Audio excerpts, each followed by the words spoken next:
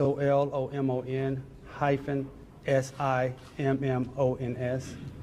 And along with my co-counsel who are here from my firm, which is David Riggs and Chris Kepsu, who you will also hear from, we are excited and honored to have this opportunity to represent these so-called Creek Freedmen in our quest. And I say our quest because I'm designated as a Creek Freedman myself, erroneously, our quest for citizenship, full citizenship within the Creek Nation. I'm proud to stand here with our clients, some of our named clients. We have Rhonda Grayson, we have Sharon Lindsay, we have Jeff Kennedy, who are named clients, and they're also board members of the organization that we represent, the Muscogee Creek Indian Freedmen Band. We have a couple other named clients who are not here today, not here yet, Johnny Mae Austin, and we have a minor child who we cannot mention her name. This is a historic day, a fantastic day. We're excited to be here. It's been a long road for so many people who've been fighting this fight. And I just want to tell you a little bit first about who are the so-called Creek Freedmen.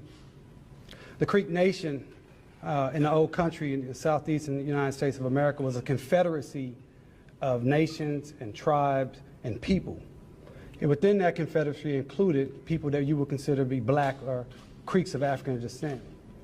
In the 1830s, when we were removed from our traditional homeland here to Oklahoma Territory, or Indian Territory, which we now know as Oklahoma, on that trail of tears, so to speak, that also included Creeks of African descent, some enslaved, many free, and also what we would consider to be free blacks or free Africans. They came to the Creek Nation or Indian Territory. They were here, they were productive citizens up until the Civil War. When the Civil War split the nation, you had some Creeks who sided with the Confederacy, called the Southern Creeks. You had other Creeks who were what we call loyal Creeks, which included many of the Creeks of African descent. At the end of the Civil War and the treaties were being negotiated, there were 5 individuals who participated in those negotiations and signed that treaty of 1866. One of those individuals was a Creek of African descent, or African Creek, by the name of Cal Tom, who was my 4-time great-grandfather. He signed that treaty, and in that treaty, you have a copy of it. All our media members and anyone else that wants a copy, we'll give it to you. Article 2 of that treaty simply says, or clearly says, that Creeks of African descent shall have and enjoy all the rights and privileges of native citizens, including an equal interest in the soil and national funds, and the laws of said nation shall be equally binding upon them and give equal protection of all such persons and all others whatsoever of race or color. That is where we are today.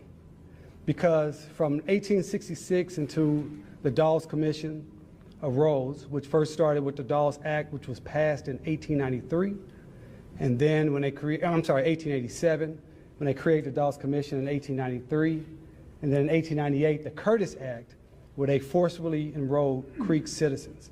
It was the United States government that segregated so-called Creek freedmen.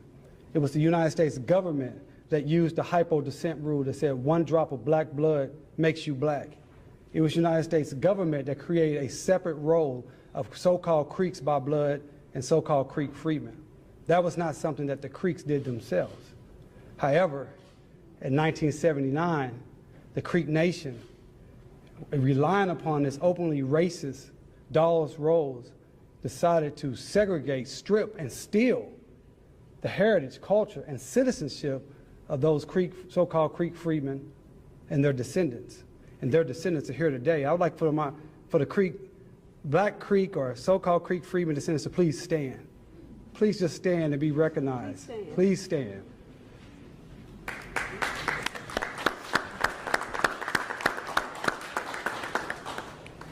These individuals and so many more across this nation grew up speaking Creek, living Creek ways. They understood what it meant to be Creek. And just like my grandmother, Johnny Mae Austin, just had it ripped from them, illegally, ripped from them, and told that they were not who they are. They are Creek people, period, point blank. The treaty says so, but more importantly, our history says so. Our culture says so. Our birthright says so. So in this lawsuit, we will utilized the Treaty of 1866, the clear language, to get the citizenship that has been denied for almost 40 years, illegally denied for almost 40 years. We will utilize and be inspired by what the Seminole Nation freedmen have been able to do, and the Cherokee freedmen last year in August 30 of 2017, when they won their successful fight in the Cherokee Nation. We believe strongly that we will win our fight here in the Creek Nation. This is a historic day. I'm proud and blessed to stand here with my clients, my family, my people, to stand up the same way so many Creek so-called freedmen stood up. People like Warrior Renty and Judge Reed and Silas Jefferson and Cal Tom and Jake Simmons Jr. And the list goes on and on and on.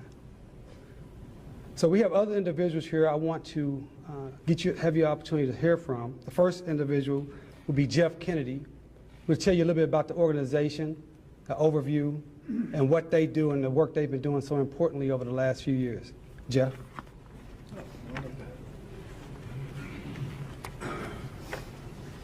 I don't normally do this, so just kind of bear with me.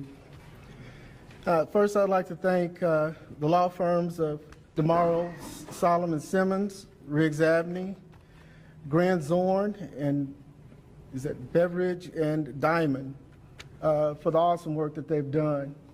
We were really excited that they sought us out because they recognized the great contributions we have been making to the community, and they felt like we are the best to represent this lawsuit. The MCIFB, of course, is comprised of members that could trace their ancestry back to the Dawes Roll. Of course, my name is Jeff Kennedy. I'm the great-grandson of Ben Grayson, Dawes Roll number 5329. And of course, Ms. Rhonda Grayson is also a co-member, co-founder and a board member. And your ancestor is? America Cohee, married name Webster, Creek Road number 4661. Ms. Sharon? I'm Sharon Lindsay Scott. My ancestor is Jackson Pearman. Roll number is 3665. And so, as you can see, we can all go back to the Dawes Roll. At one point, they said that we did not have a Dawes Roll, but clearly, you see that's incorrect. So what I'm basically about to tell you is a little bit of an overview. Our mission statement is, I'll read that, to preserve and protect the unique history and heritage and genealogy of the Muscogee Creek Indian freedmen who were removed to Indian Territory, which is Oklahoma, on the Trail of Tears. Next, to promote interest and participation by sharing genealogical information with members, researchers, and the general public. Next, to provide and help and educate resource to researchers and through lectures, workshops, conferences, and museum exhibits. And lastly, to educate the members and the public of the African Creeks' political rights and citizens of the Creek Nation defined by the Creek Treaty of 1866, Article 2. Ladies and gentlemen, we had just celebrated our sesquicentennial. That's sesquicentennial, which is the 150th anniversary of the signing of the Treaty of 1866. This marks our 152nd anniversary. Of course, it was ratified July 19, so we're excited. We are a 501(c) organization. We're over 850 members strong. And what else did we actually want to say? That's good enough. He said that was good enough. But anyway, we just want to thank our members for showing up. Oh, Go ahead. we're done. No, go ahead. Sometimes you get a little excited, and I do get a little bit emotional because we're really passionate about what we do. We're really passionate about, like I said, what we do. And we just want everybody to know that basically we're trying to go home. We're just trying to come home. Thank you.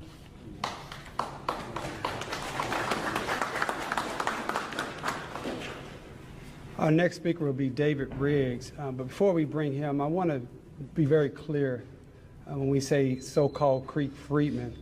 We're not trying to run away from anything, but you have to understand that African Creeks or Black Creeks, they didn't use that terminology. It's not what they called themselves. They called themselves African Creeks or Black Creeks, or as my great-grandfather will call himself, as my grandmother can attest, a native black. They didn't use the term freedmen. This is a term that was forced upon them by the United States government, and it lumped everyone regardless. This is not about blood, but it lumped everybody into one category regardless of who their real genealogy is, and that's not right. And that's what we're going to continue to fight against as we continue to fight to get citizenship. We want to make sure we can correct the history of who these people are. Who these people are. So David Riggs from our firm, one of our firm founders. Mr. Riggs. Thank you, Mario. Well, this is obviously a very, very important case, especially for the people directly involved, but not just for those folks, but it's a case of great historical significance, in particular for Tulsans. People of the city of Tulsa should understand the great significance historically this case has, because not just of our geographic location, because the early day history of the city of Tulsa is linked so closely with that of the Creek people, the Creek tribe, and now the Creek Nation. Because of that link, the city of Tulsa should understand the significance it has for the city and for its citizens here. Our firm will give this case the highest priority we can give it. It will have the full support of our firm as we go forward, and the firm takes great pride in getting asked to be involved in a case of this kind because of the values that it entails and because of the kind of people we're going to be representing. We appreciate being asked to be involved. Thank you, David. I have my another one of my law partners, Chris Kepsel. He's going to talk about the specific remedies besides citizenship that we're looking for in this lawsuit. Chris. Thank you, Mario. I also want to recognize one other person from our firm here, one of our colleagues, Jim Orbison, one of our partners and president of our firm right now. So, there's probably a few questions why this is filed in the District of Columbia. That's the place where we have to seek our remedies. And we laid out very specifically what we're seeking in our complaint on page 22, and you can see a copy of that for the full details, and I'm going to give you a brief overview here today. Basically, the relief we're asking for is two parts. It's declaratory relief and injunctive relief. We're asking in the declaratory relief for certain rights to be determined and declared by the court for our clients. And that will have effect not just for those clients, but for other people who are Creek Freedmen descendants.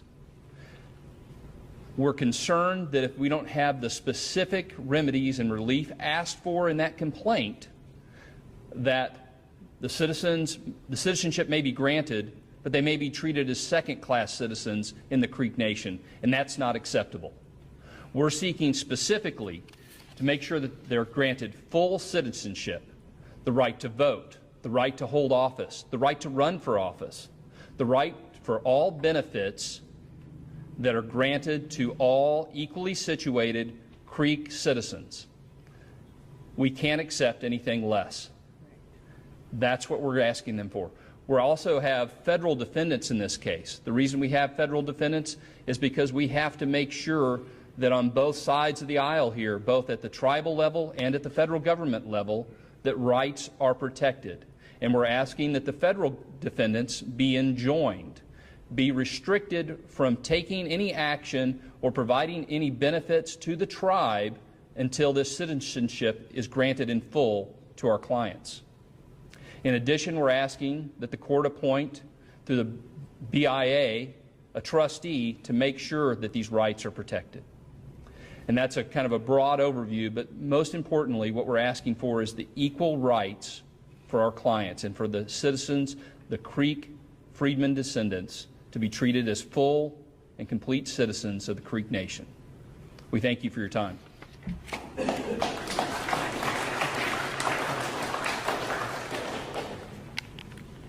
I also want to recognize again our co-counsel from Washington, D.C. Unfortunately, couldn't get here.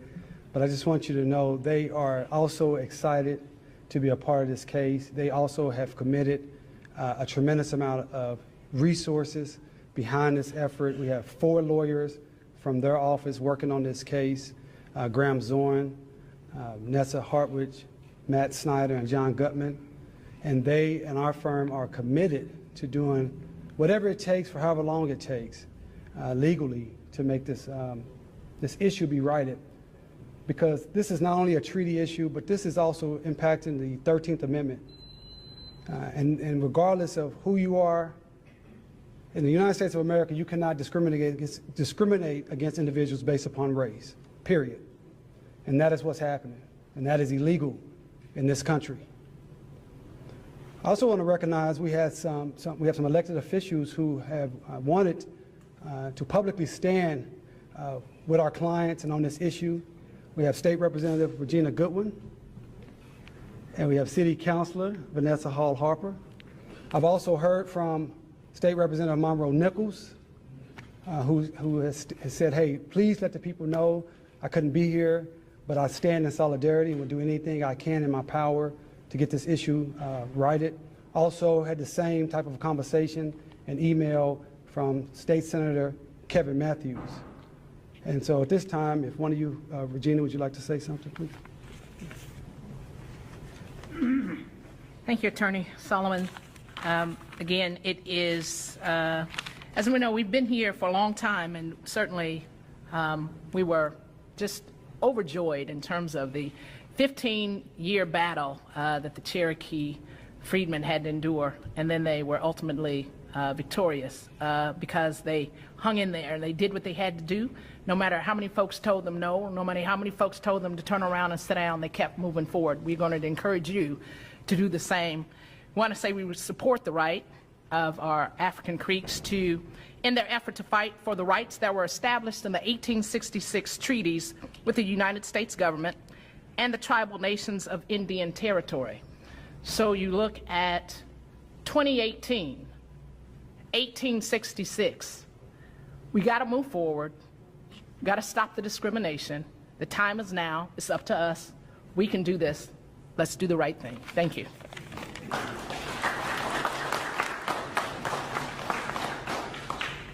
So in conclusion, again, I think our goal is very clear.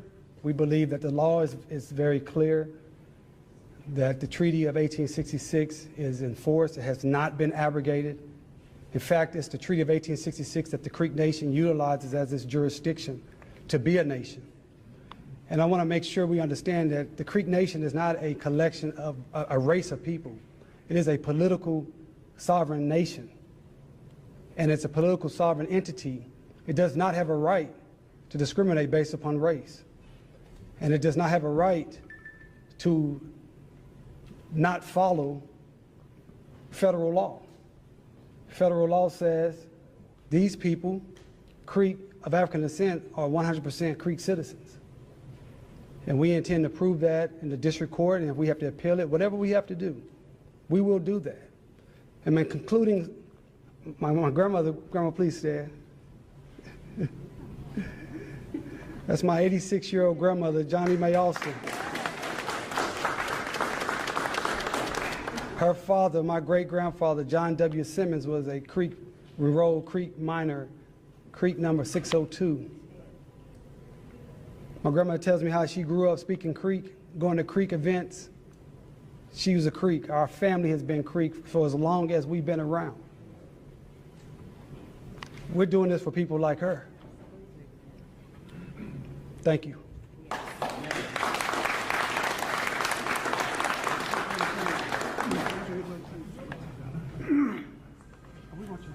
You can get your phone and take a picture. They can all come up here so you can get a picture. All the members? Yes, so we can get a picture. Guys, can you come up, all members, please come up so we can take a photo.